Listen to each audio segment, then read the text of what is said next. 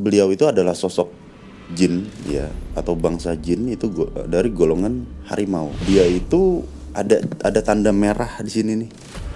Ciri khasnya di sini merah. Sosok yang memang bisa dibilang itu kalau di kalangan bangsa jin ya udah bisa dibilang sakti. Ketemulah Wirabumi ini mendampingi si muridnya seorang santri dari Nusantara. Jikalau beliau itu bisa menundukkan atau bisa mengalahkan raja dari siluman harimau itu, maka mereka itu akan mengabdi.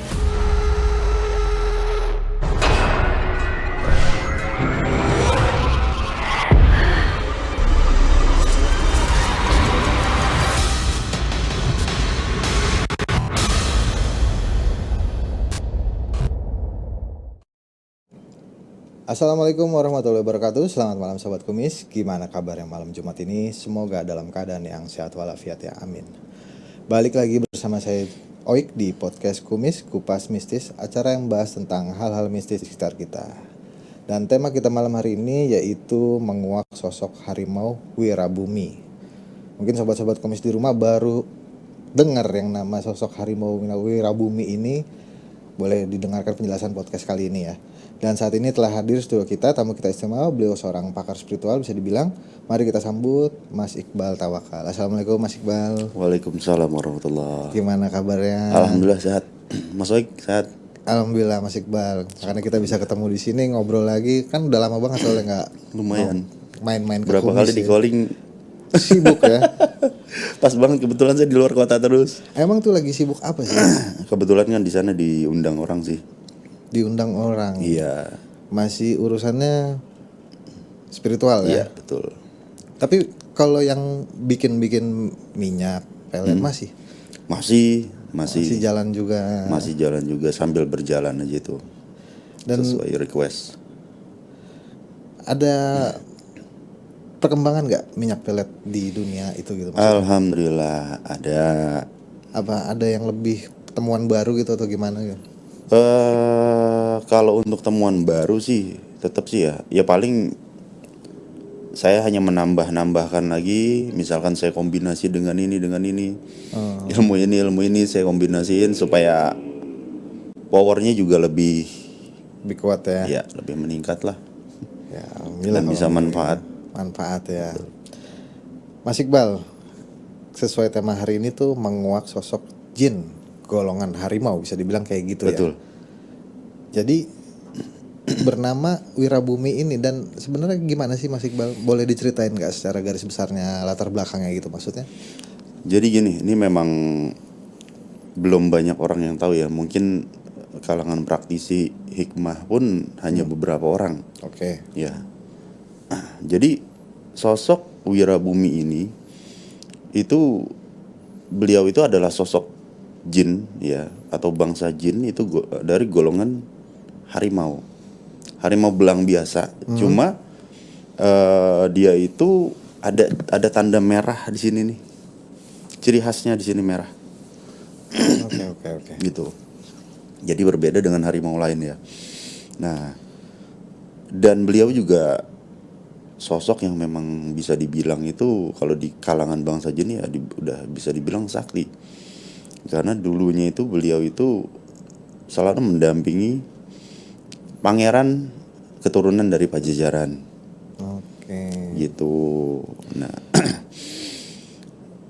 dulu beliau itu lama. Sebenarnya asalnya itu sebenarnya bukan dari Nusantara ya sebenarnya ya. Nih asal-muasalnya Wirabumi nih, dia ada di mana asalnya? Asalnya tuh dulunya dia di Persia. Jadi ada orang dari kita nih belajarlah ke Persia, berguru untuk menimba ilmu agama lah ya. Oke. Nah, sampai sana yang di Persia, dari sini orang tersebut mau berguru. Justru gurunya ini malah kalah pintar sama muridnya.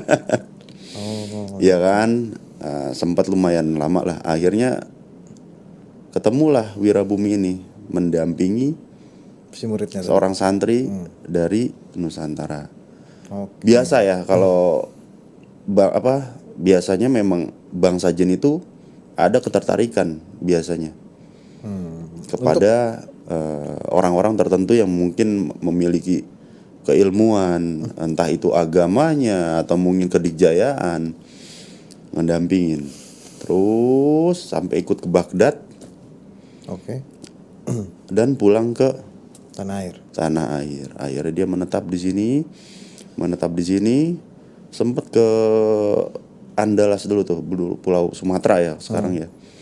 Dia di sana nemenin ngedamping si santri tersebut, dan beliau pun sempat menundukkan golongan-golongan jin di wilayah Pulau Sumatera. Gitu. Nah, terus seiring berjalannya waktu, dia kenal sosok ini, kenal jin ini, dan sambil nemenin syiar agama Islam dulu tuh, masuklah ke Pulau Jawa. Oke. Pulau Jawa, tepatnya tuh di daerah Jawa Barat lah. Daerah Jawa Barat, ketemulah dengan Nyi Roro Kidul. Nyi Roro Kidul ya, bukan Ibu Ratu ya. Nyi Roro Kidul jin kan. Sempet beliau itu menjadi salah satu panglima perangnya yang paling diandalkan dalam bertempur. Karena memang dia memiliki kesaktian yang di atas rata-rata lah. Nah, terus dia naklukin kerajaan ini, kerajaan itu, kerajaan jin inilah itulah. Tempur, ketemu dia sama yang bisa dibilang masih saudara. Sama manusia kayak apa, jin pun sama kayak manusia ya. Bisa berperang, di saat berperang itu bisa ketemu, oh ada saudara gue tuh, atau apa. Cuman namanya kondisi itu lagi perang, ya mau nggak mau dia harus tetap bertempur. Ini perang antar jin berarti ya? Perang antar jin. Oke. Menang dia. Di situ ada penyesalan, ya kan? Penyesalan. Pindahlah dia ke daerah Banten. Pindah ke daerah Banten. Sama di sana pun jadi panglima perang lagi. Perang, ketemu lagi sama yang masih ada hubungan saudara. Cuman dia menang lagi. Nah, di situ dia janji dia nggak mau menjadi panglima perang lagi. Oke. Dan dia nggak mau perang lagi. Akhirnya dia pindah ke daerah, kalau bisa dibilang sekarang tuh Halim ya. Dulu tuh Halim tuh masih hutan karet. Iya. Bandara tuh masih hutan karet. Nah, di situ dia membangun sebuah kerajaan kecil. Dan di situ pun semua takluk, bangsa jin di daerah situ pun semua takluk. Sampai kekuasaannya lumayan luas ya. Daerah Lubang Buaya itu masih jajahan dia lah. Taman Mini semua. Condet. Nah, ketemulah beliau itu sama, adalah salah satu pangeran keturunan dari Pajajaran lah ya. Oke. Putranya Prabu Siliwangi. Nah, si sosok pangeran ini memang tipikal yang senang tempur. Dia dengar, wah di sana ada jin sakti, disamperin sama dia, diajak tempur, terkalah. Nah, sama Wirabumi pun sama. Pada saat dia menguasai daerah itu, ditantangin sama sosok pangeran ini. Cuman mohon maaf saya nggak bisa sebut namanya ya. Karena jujur jarang yang tahu nama beliau ini. Khawatir takutnya nanti disalahgunakan atau mungkin disebut-sebut namanya. Mungkin kalau dari sisi saya sendiri kan sosok Wirabumi ini aja asing loh Mas, maksudnya terdengarnya gitu. Betul. Dan bisa jadi berarti kan ini sejarah lain dari bangsa jin lain yang istilahnya menguasai kawasan Jawa Barat. Iya, betul. Soalnya kan kebanyakan Maung Bodas ya. Kerajaan Pajajaran, kenapa tuh identik dengan siluman harimau gitu? Karena dulu ya Prabu Siliwangi itu dari Prabu Siliwangi yang pertamanya lah ya, dari sebelum-sebelumnya. Oke. bukan Prabu Pemanah Rasa ya. Sebelum-sebelumnya itu memang ada perjanjian dengan bangsa siluman harimau atau kerajaan siluman harimau. Jikalau beliau itu bisa menundukkan atau bisa mengalahkan raja dari siluman harimau itu, maka mereka itu akan mengabdi dan menjaga anak turunannya. Itu sejarahnya mungkin. Sejarahnya sebenarnya seperti itu. Akhirnya menjadi perlambang juga buat kerajaan tersebut, karena harimau itu kan sosok yang memang perkasa, kuat, berani kan, gitu, dan siap tempur. Makanya sampai sekarang tuh seperti itu. Nah, kembali lagi ke Wirabumi ya. Wirabumi itu tempur. Itu baru bisa kalah itu sama pangeran. Pangeran yang tidak bisa disebutkan namanya. Iya. Dan itu tempurnya pun itu kurang lebih itu 7 hari lah. Di dimensi mereka ya, di dunia jin ya. Itu 7 hari. Itu baru kalah. Pangeran pun keteter. Gitu loh. Sampai keteter saking Wirabumi itu saktinya lah. Itu sampai 7 hari, dan 7 hari, dalam 7 hari itu pun keseimbangan alam pun terganggu, Mas. Otomatis. Itu berpengaruh loh ke alam manusia. Oh gitu. Iya. Entah ada mungkin angin ribut lah atau apa, atau ada bencana alam di sekitar. Itu ya beberapa ratus tahun yang lalu lah. Kurang lebih itu di tahun 1300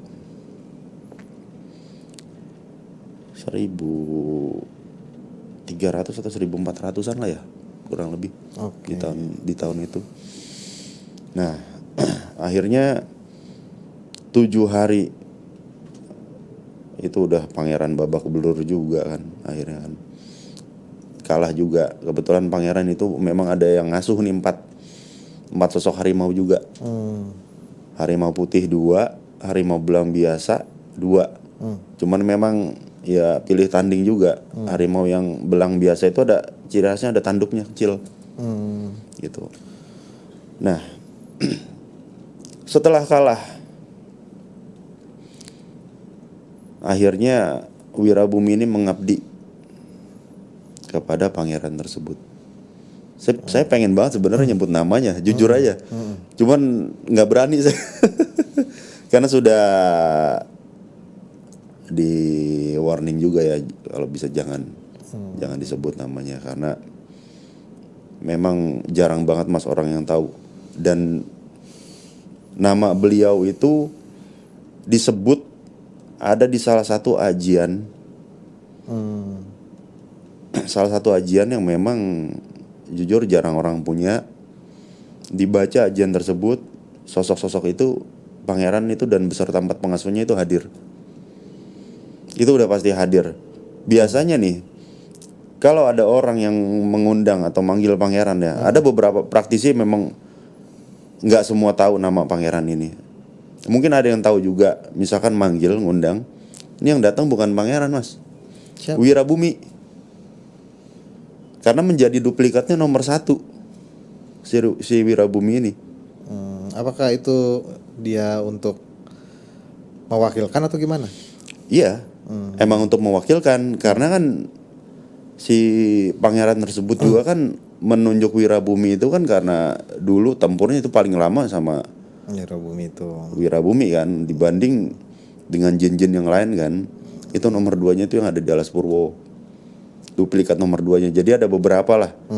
Jadi kalau misalkan ada yang ngundang beliau, si ini yang datang, Wirabumi yang datang, ntar yang di Alas Purwo yang datang. Sama mereka itu kita undang ya kayak manusia aja. Gimana maksudnya? Terkadang malas datang gitu ya. Ya udah deh nyuruh bawahan-bawahannya lah. Lu aja sana yang berangkat. Atau dia ada kepentingan lain, karena sosok jin itu Mas sampai sekarang pun masih banyak digunakan untuk kepentingan ya. Satu untuk kepentingan di pemerintahan juga sama, masih digunain. Contoh misalkan lagi ada apa namanya entah itu pilpres ya, atau pemilihan kepala daerah, itu mereka standby mas, diundang sama beberapa praktisi yang paham akan mereka, itu mereka pasti hadir untuk mendampingi. Tapi kalau boleh saya tahu nih Mas Iqbal, kalau dari segi praktisi sosok-sosok ini termasuk sosok Wirabumi ini biasanya emang digunakan untuk apa sih spesifiknya gitu? Biasanya untuk tempur mas, tempur, contoh ya, saya tempur nih sama praktisi lain, tapi dalam artian tempurnya ini untuk ngebantu orang ya, misalkan ada orang yang kena santet atau apa, yang sekira-kiranya santet itu memang benar-benar keras, otomatis kita pakai bantuan mereka. Dan pertanyaan saya akhirnya, apakah sosok ini abadi gitu? Sekarang gimana? Sosok Wirabumi sampai sekarang masih ada, dan sosok-sosok pangeran beserta 4 pengasuhnya pun masih ada. Cuma kalau untuk Wirabumi untuk sekarang itu sudah hilang ingatan karena ada sebab. Jadi ya itu faktor kesalahan. Saya salah juga sih ya, ngunci beliau juga, ngunci dia juga. Jadi saya punya temen lah, partner ya. Pada saat itu syuting horor juga. Ya kebetulan dia itu seorang mediator, ya kan. Pada saat itu saya nggak ikut syuting, memang schedule-nya dia biasanya kan selalu sama saya. Kebetulan pada saat itu schedule-nya nggak pas bareng saya. Biasanya kan saya yang backup dia kan. Karena saya nggak ikut dan saya juga kebetulan itu ada keperluan lain, si Wirabumi saya panggil lah. Saya kunci itu di cincin. Waktu itu ada batunya warna merah. Ya udah nih lu pakai ini aja. Tapi sering-sering baca istighfar karena keras. Takutnya lu emosian, saya gituin kan. Jadi memang untuk ngeprotek, jaga-jaga ya. Betul, ngeprotek. Konteksnya itu. Misalkan taruhlah di situ khawatir namanya di situ saya nggak ada kan, takutnya mungkin ada yang kesurupannya fatal atau apa. Nah itu beliau bisa ngeprotek lah gitu. Nah dibawalah sama teman saya syuting tuh. Saya udah pesan kalau udah selesai nanti taruh di kotak ya, jangan dibawa kemana-mana lagi. Oh iya bang, ya udah. Udah tuh dia selesai syuting masih ketemu saya. Nah saya pagi berangkat, ternyata dia subuh berangkat duluan pulang kampung. Saya pagi itu mau berangkat kemana ya, keluar kota kalau nggak salah, keluar kota juga. Dibawa sama dia, saya nggak tahu. Dibawa sama dia, pas saya selang sehari lah, kok saya dengar kayak ngamuk-ngamuk, manggil-manggil kan. Saya telepon teman saya, gua bawa bang. Astagfirullahaladzim. Aduh, kenapa lu bawa sih? Enggak, gua tadi pengen gua pakai aja, kan udah gua pesen. Jangan dibawa. Takutnya lu nggak kontrol, saya gituin. Ini ngamuk-ngamuk, saya gituin kan. Akhirnya ya udah bang, nanti kalau pulang gua bawa lagi, paling gua di sini 3 harian. Kalau bisa mah lu cepet-cepet pulang lah, jangan sampai nunggu 3 hari. 2 hari kalau nggak salah pulang, ketinggalan mas batunya. Akhirnya di sana ngamuk-ngamuk. Apa yang terjadi kalau ngamuk-ngamuk seperti itu? Itu panas rumahnya. Panas karena energi auranya itu mancar kan. Sampai kalau nggak salah anaknya sakit. Karena akibat dari energinya yang keras. Itu kalau mau ngambil pun harus saya yang kesana. Iya kan. Tadi mau dipaketin, saya bilang nggak boleh, jangan. Takutnya kasihan nanti orang kurir ekspedisi. Ya namanya lagi bawa barang kayak gituan kan mereka nggak tahu kan itu barang isinya apa ya kan, takutnya ngebahayain orang mas. Akhirnya masih tetap di Sumedang. teman saya udah di Jakarta, udah balik ke rumah saya. Aduh, ini ngakalinnya gimana ya Allah. Sedangkan di sana tuh udah ngamuk, udah matanya tuh udah nyala merah. Akhirnya datanglah ada yang santri. Yang santri sosok juga. Dulunya beliau itu dulunya memang ada. Diambil lah sama yang santri. Dibawa, itu pun digendong. Karena yang bisa ngebuka kunciannya itu saya, si sosok yang santri, kakak saya. Itu dibawa ke rumah, itu udah gak kenal saya, Mas. Dulu pernah saya ngebahas hantu Belanda kan ya, di sini ya. Yang perempuan, si lupa namanya. Itu dia kena mukanya, Mas, sama Wirabumi, sampai gosong. Sampai sekarang itu hancur mukanya. Dulu cantik tuh padahal hantu Belanda, sekarang hancur mukanya, nggak sembuh. Nah, si Wirabumi itu akhirnya udah nggak ngenalin saya, dan bahkan sampai jin-jin di sekitar pun itu nggak ada yang berani ngedeket. Itu auranya merah, udah mancar terus. Rumah saya juga panas. Serius, rumah saya panas. Itu hawanya, ini AC ya padahal ya. Itu nggak enak gimana sih? Kayak ngelekep lah kayak gimana gitu. Ngap ya, nggak enak. Akhirnya sama yang santri dibawa lah beliau ke gunung, dikunci di sana pakai jala sutra, ajian jala sutra. Ajian jala sutra itu memang sebuah ajian itu untuk mengunci bangsa jin. Semakin bangsa jin itu berontak, akan semakin kuat jala tersebut.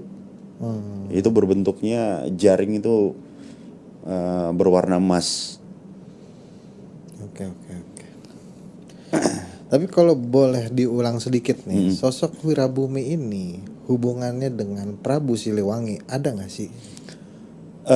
Dia hubungannya itu sama pangeran, putranya beliau itu, karena beliau itu akhirnya mengabdi sama putranya Prabu Siliwangi. Gitu loh. Nah, putranya Prabu Siliwangi ini sudah ada 4 sosok yang mengasuh beliau itu dari kecil lah. Gitu kan. Dari kecil ya sosoknya 4 harimau juga. Cuma ya tetap masih hormat sama sosok Wirabumi ini, karena nggak bisa dianggap remeh. Dan kemana-mana pun dulu tuh selalu ngikutin beliau, ngedampingin beliau. Akhirnya sampai si sosok tersebut itu menetap ya di rumah. Di rumah pun dulu ya, sebelum lupa ingatan itu, Mas, itu saya kunci, Mas. Itu jangkauan dia itu ya, itu gede, Mas, sosoknya itu kalau lagi kurang lebih tuh 41 meter tingginya harimaunya. Tapi kalau lagi dia ibaratnya sama lah kayak orang yang suka nyaru lah. Jadi sosoknya kecil harimau ya, segini. Tapi kalau aslinya tinggi 41 meter. Oke. Dan itu memang bersifatnya itu ngeprotek, untuk istilahnya menjaga. Iya, ngejaga lingkungan di rumah, atau mungkin ada serangan-serangan, namanya kita bergelut di dunia supranatural kan. Nggak mungkin, Mas, nggak ada yang jahil lah, atau mungkin nggak ada yang ngetes ya. Itu sering banget. Berarti kan intinya Mas Iqbal ini menggunakan satu ajian ya, bisa dibilang begitu. Iya, ada satu ajian untuk menggunakan si Wirabumi ini. Kalau Wirabumi nggak perlu sih sebenarnya, nggak perlu pakai ajian. Cuma tetap ya ajiannya itu untuk ngunci aja sih tadi yang jala sutra itu. Ya kalau untuk ajian satu lagi untuk mengundang pangeran beserta 4 pengasuhnya tadi, itu baru saya pakai. Itu pun saya nggak berani pakai sembarangan. Kita nggak perlu ini aja. Saya inget ya bacaannya. Beliau hadir langsung. Gitu. Makanya saya nggak pernah inget bacanya di, paling kalau misalkan lagi nanganin permasalahan atau kasus yang besar ya, kayak santet yang ngeras, itu baru itu saya pakai, karena saya nggak berani sembarangan, Mas. Memang ada impactnya untuk Mas Iqbal sendiri gitu? Ya dianya ngamuk-ngamuk. Tetaplah kita harus pakai adab. Ya, kita harus pakai adab, saling menghargai lah.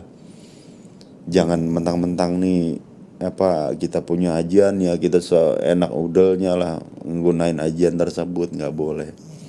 Dan efek nanti ke orang yang kita tuju itu bisa hancur juga, kacau. Oke. Karena pernah seperti itu. Pernah. Dulu itu adalah yang biasalah. Ini dulu ya. Aduh, dosa juga. Nama zaman dulu masih muda lah mungkin. Masih mencari, masih seneng tirakat ya. Di sana ada perguruan ini nih, perguruan hikmah. Ya kan. Saya ajak tuh, Mas. Saya ajak dari rumah, dari jauh. Itu sampai guru besarnya itu muntah darah. Masuk rumah sakit. Saya jujur ngerasa bersalah di situ. Padahal cuma pengen ngetes doang dulu. Tapi kenapa notabene orang-orang yang berkecimpung di bidang spiritual nih, ketika dapat mungkin ilmu baru atau segala macam, terus mereka tuh mau ngetes gitu. Jujur penasaran, Mas. Sampai sehebat apa sih ini ilmunya? Maksudnya ajian itu tuh sehebat apa sih? Karena kan gini, kalau kita nggak nyoba, kita nggak akan tahu, ya kan, fungsi dari ajian tersebut atau efeknya tuh sefatal apa. Itu kita nggak akan tahu. Ternyata fatal. Untung nggak mati. Itu umurnya jauh lah, Mas, sama saya. Si orang itu, gurunya itu. Tapi saya penasaran nih, kenapa sosok si pangeran ini yang tidak boleh disebutkan namanya ini selama ini tidak pernah muncul ke permukaan, baik sosok ini ataupun Wirabumi ini. Yang muncul ke permukaan pasti Prabu Siliwangi. Iya, Prabu Siliwangi, terus Prabu Kian Santang, ya kan, dan Pangeran Walangsungsang ataupun Nyimas Rara Santang. Karena memang si sosok tersebut, ya, beliau itu lahir dari selir. Ya. Oke. Dan memang si pangeran ini memang sengaja disembunyikan dalam artian itu dia dulu itu memang menjadi panglima perangnya Pajajaran. Tapi itu untuk lebih cenderungnya di dimensi jin. Karena gini, Mas, berdirinya sebuah kerajaan ya, misalnya kayak kerajaan Pajajaran atau kerajaan-kerajaan lainnya. Itu di kerajaan itu di dimensi jin pun ada kerajaan lagi. Berdampingan. Jadi di dimensi kita ada rajanya, di dimensi dia pun ada rajanya. Untuk apa? Satu, supaya kerajaan tersebut juga ada yang ibaratnya nge-backup, ngejagain ya. Betul. Apalagi sekelas Prabu Siliwangi yang memang sakti luar biasa kan. Kan memang ada cerita tuh Nyi Roro Kidul kabarnya tuh anak dari Prabu Siliwangi. Bukan, juga. kalau Nyi Roro Kidul itu kan bangsa jin. Jadi beda itu ya. Beda dengan Ibu Ratu. Oke. Gitu. Kalau Nyi Roro Kidul itu ya memang jelas bangsa jin. Makanya si Wirabumi dulu sempat jadi salah satu panglima perang andalannya Nyi Roro Kidul. Sampai dia mutusin gak mau perang lagi. Karena tempur ketemu saudaranya 2 kali, dia ketemu tempur sama saudaranya tuh. Akhirnya mengasingkan diri itu. Ya bukan mengasingkan ya, pokoknya dia ya udahlah, gue nggak mau tempur lagi. Dia ngebangun kerajaan kecil di daerah Halim. Itu sampai sekarang pun kerajaannya masih ada, kerajaan goibnya. Cuman kosong, dipagar sama dia. Jadi supaya nggak bisa ada yang manfaatin. Jadi jin-jin lain tuh nggak bisa masuk ke situ, ke wilayah itu. Kalau sampai bisa dimasukin bahaya. Kalau boleh tahu Mas Iqbal ini dapat dari mana sih Wirabumi? Iya. Jadi dulu zaman saya SMP, ya itu masih demen-demennya tirakat ya. Itu SMP saya itu udah mulai. Saya kebetulan ada yang bimbing lah, masih abang sih sebenarnya yang bimbing juga kan. Udah karena sering itu terus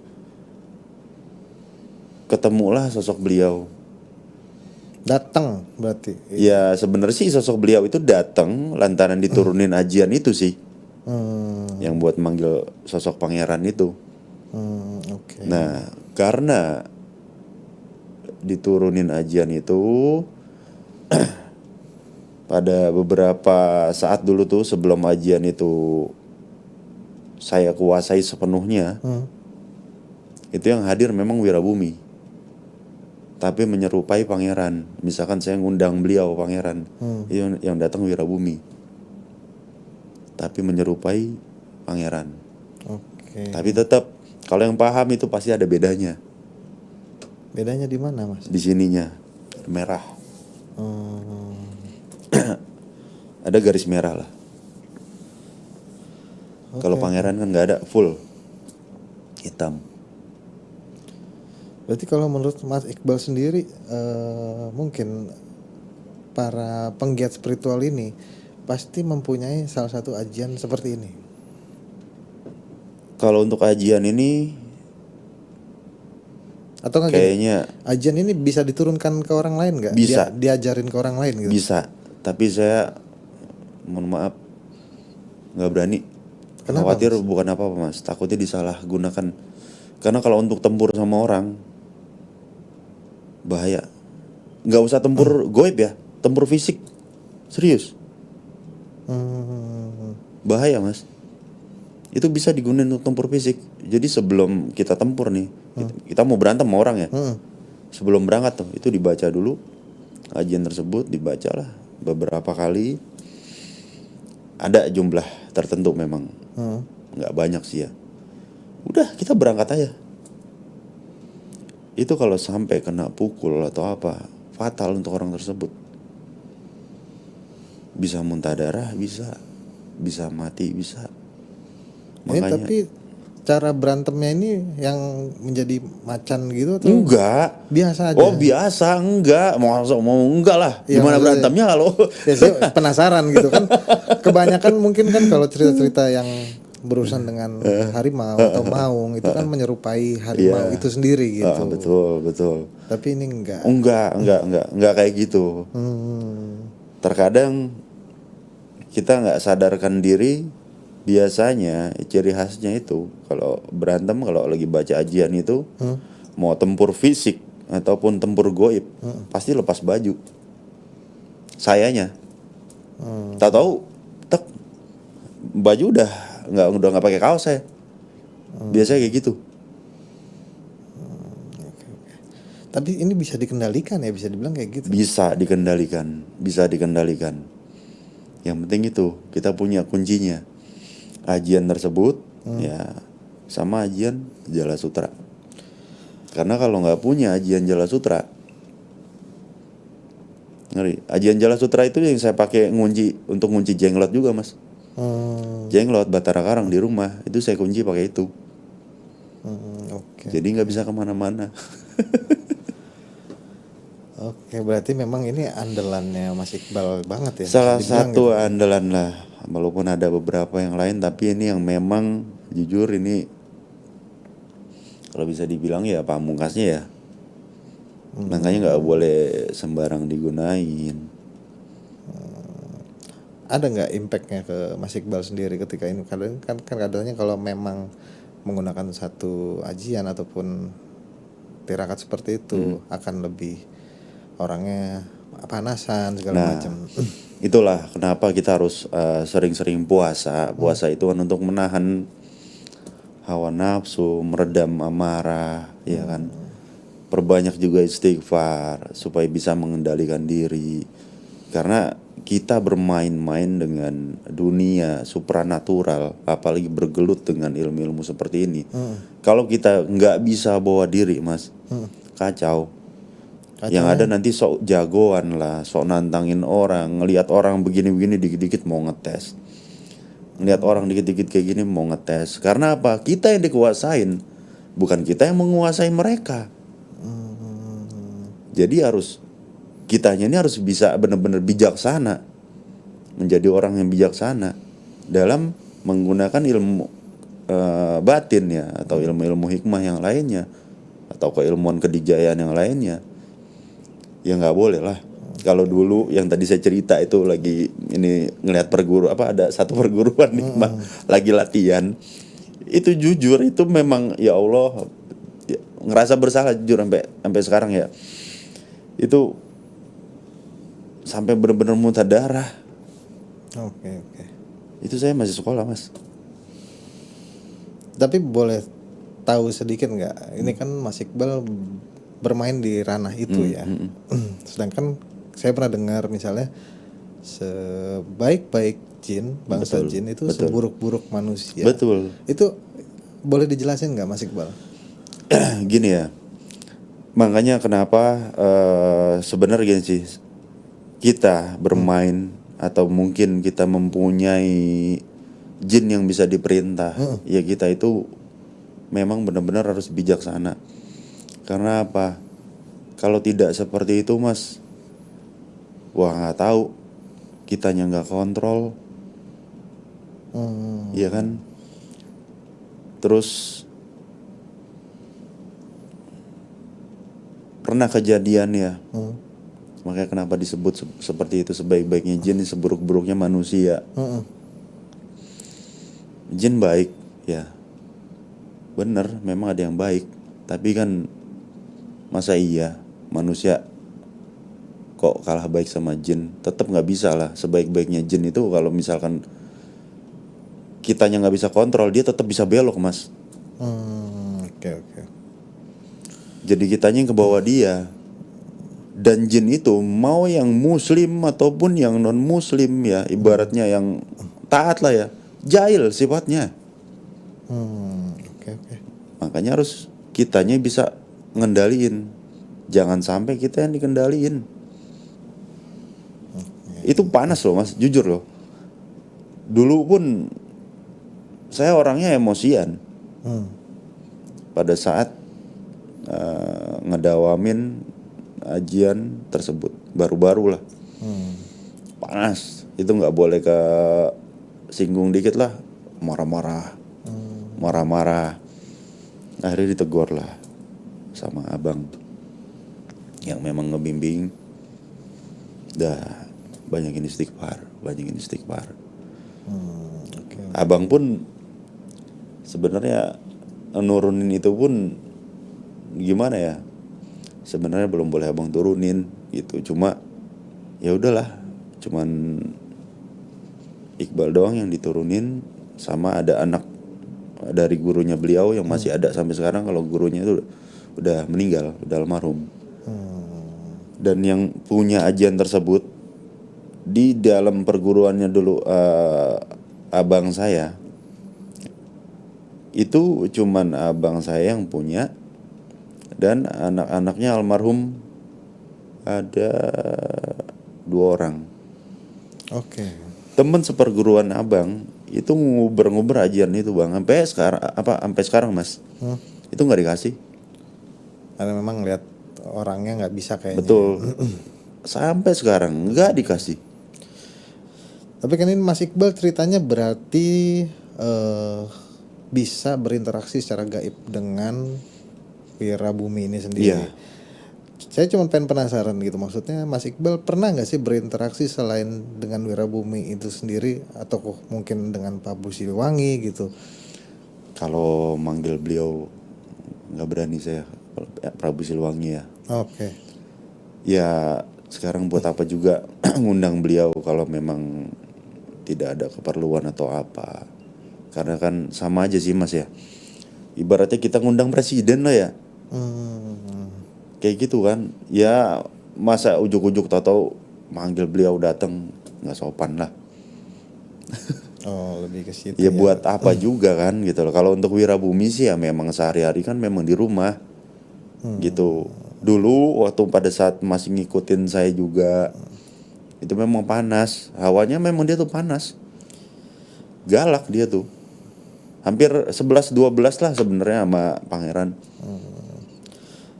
Berarti menurut yang saya tangkap nih dari pembicaraan ini, memang daerah-daerah Jawa Barat itu banyak yang dijaga oleh maung-maung ini. Iya. Kekuasaannya pangeran itu sebenarnya nggak hanya Jawa Barat, Mas ya.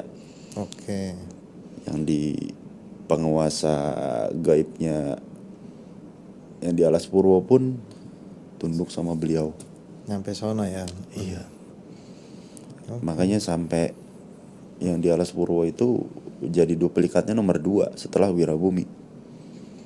Jadi sekarang kalau manggil beliau tanpa menggunakan ajian tersebut, itu yang datang yang di Alas Purwo. Itu Oke. karena Wirabumi sudah nggak bisa dipanggil lagi. Ya mudah-mudahan sih masih bisa balik lagi kayak dulu ya. Saya jadi inget kayak ini ya. Jadi apa film Naruto ya? Ada Kyuubi yang kalau udah lupa kan Oke. nggak kenalin kan, akhirnya nggak kenalin temennya, nggak kenalin saudaranya. Ya itu yang saya lihat sih Wirabumi kayak gitu, nggak kenal, jadi nggak benar-benar nggak kenal, lupa ingatan. Oke. Sampai si hantu Belanda itu, jadi dulu tuh Wirabumi itu sering diledekin sama hantu Belanda itu, ditarik-tarik ekornya. Yohana ya Yohana, namanya kan Yohana tuh. Nah Yohana ini nggak tahu kalau tuh Wirabumi itu lupa ingatan, ditariklah ekornya, seret. Wirabumi nengok, ini dari matanya tuh keluarin cahaya. Sampai sekarang Yohana udah rusak. Oh, berarti memang sosok ini kuat intinya. Kuat, gitu. kuat. Karena saya akuin kuat ya. Saya kemana-mana jalan di tempat-tempat yang memang katanya ada kerajaan jin ini.